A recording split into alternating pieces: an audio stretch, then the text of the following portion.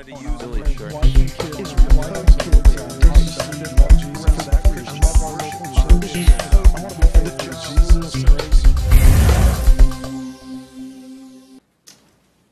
Picture of what's happening. 3 Ukrainian individuals were apprehended in a ranch in far west Texas within the last 60 days. So I think there's the obvious great concern that because of the condition of the border from the standpoint of it not being secure and us not knowing who is penetrating across, that individuals from ISIS or other terrorist states could be, and I think that it's a very real possibility that they may have already used that. We have no clear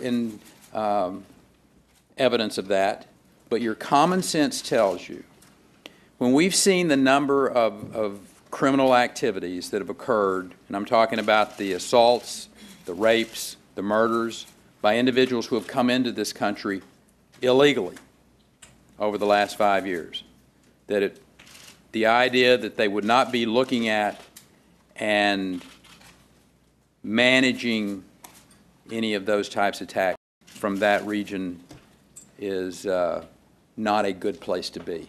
We need to have clear and compelling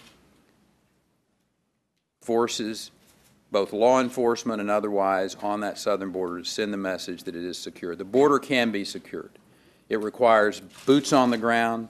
It requires the aviation assets. It's one of the reasons that we asked the FAA for the use of drones to be able to look down 24/7 through all weather, night and day, and identify activity that's occurring on the border. We've yet to have that approval. And obviously strategic fencing in the metropolitan areas is very helpful as well. So we have a serious issue facing this country in the security of our citizens.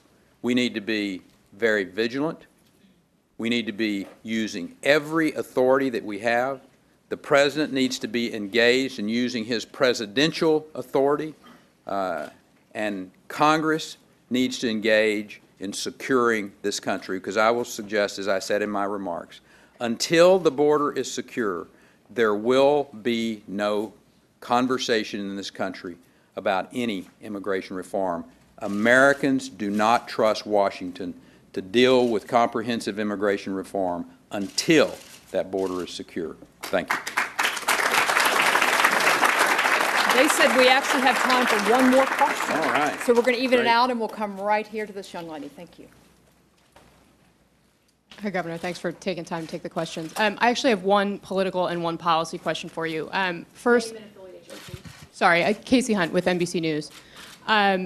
Politically, you discussed your indictment at the beginning of this. I'm wondering why you view this indictment as political if the judge in the case was appointed by a Republican and then the prosecutor also served in a Republican presidential administration. Policy-wise, on ISIS specifically, you've called for more aggressive measures from this administration, but you stopped short of saying traditional combat troops should be used on the ground. I'm wondering if you think that we should send traditional combat troops back to Iraq. When David Axelrod, Lanny Davis, Alan Dershowitz, Jonathan Chatt all say that this is sketchy, outrageous, totalitarian, and McCarthyite, I agree with them. And that's just on the Democrat side of the aisle. So I think all your options have to be open from the standpoint of dealing with this terror and this force in that country.